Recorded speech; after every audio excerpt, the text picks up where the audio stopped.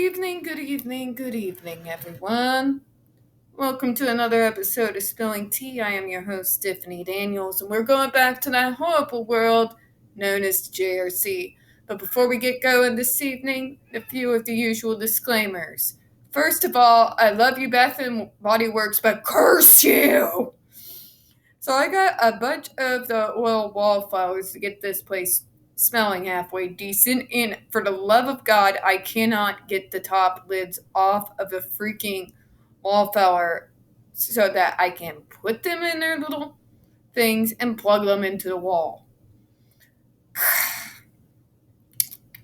But anyways, first off, folks, you are going to see the link for this report and all the other reports right there in the description box. It's going to be alongside the other pertinent links to the Stop the Shocks campaign, including Autistic Hoya's massive archive on the subject, the templates, you know the drill, folks. Sign your name, click on your senator.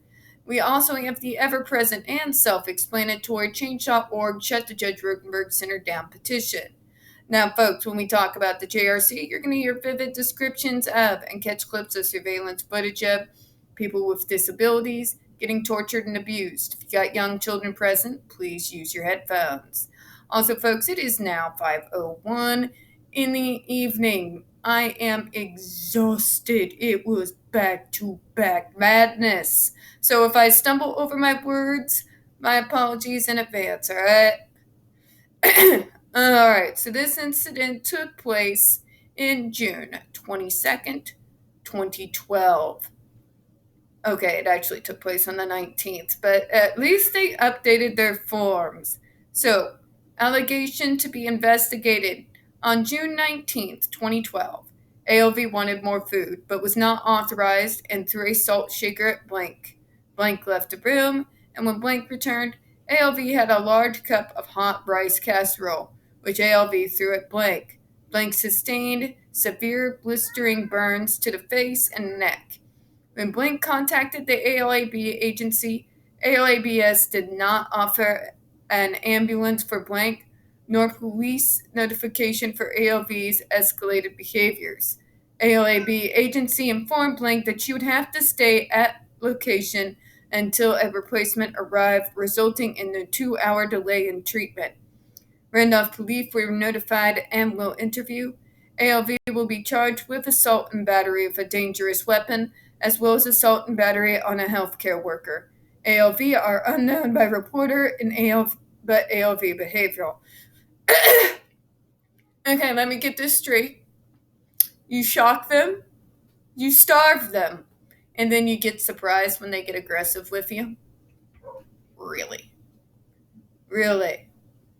See, I'm going to guarantee ALV was starving because you fuckers make them earn every single fucking bite of food they get per day or feed them the non-eatable liver powdered bullshit.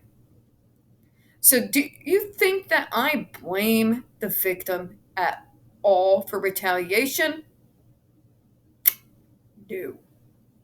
I'm going to tell you why. Do I think that that was not such a great way to behave in response to what the fuckers do to these kids at this school? No, probably not best advised. But folks, how much can a person take before they snap? We're goddamn autistic, folks. Meltdowns are a thing. And when we get treated like animals, guess what you're going to get?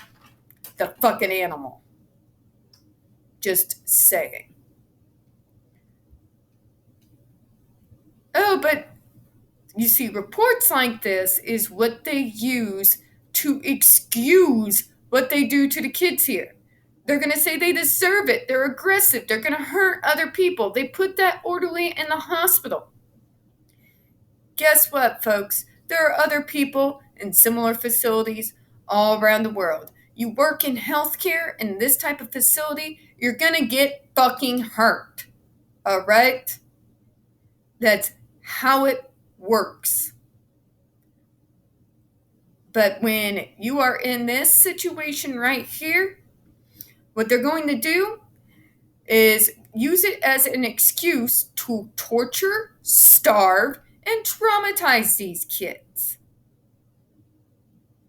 This is what they do every time, folks. They will draw out examples like this as an excuse to get away with literal fucking murder. And they will sit there and they will tell people like me, well, you're high functioning. You don't understand. Bullshit, I don't. Bullshit, I don't. We are still human beings. And like human beings, if you treat us like animals long enough, guess what's gonna happen? Yeah, exactly this. This is the same fight or flight response that I've been talking to you about throughout this entire thing. Remember when I say some of us respond with rage, some of us meet aggression with aggression, especially when it's gone on for long enough? This is what I'm talking about. All right, so let's read the rest of this here.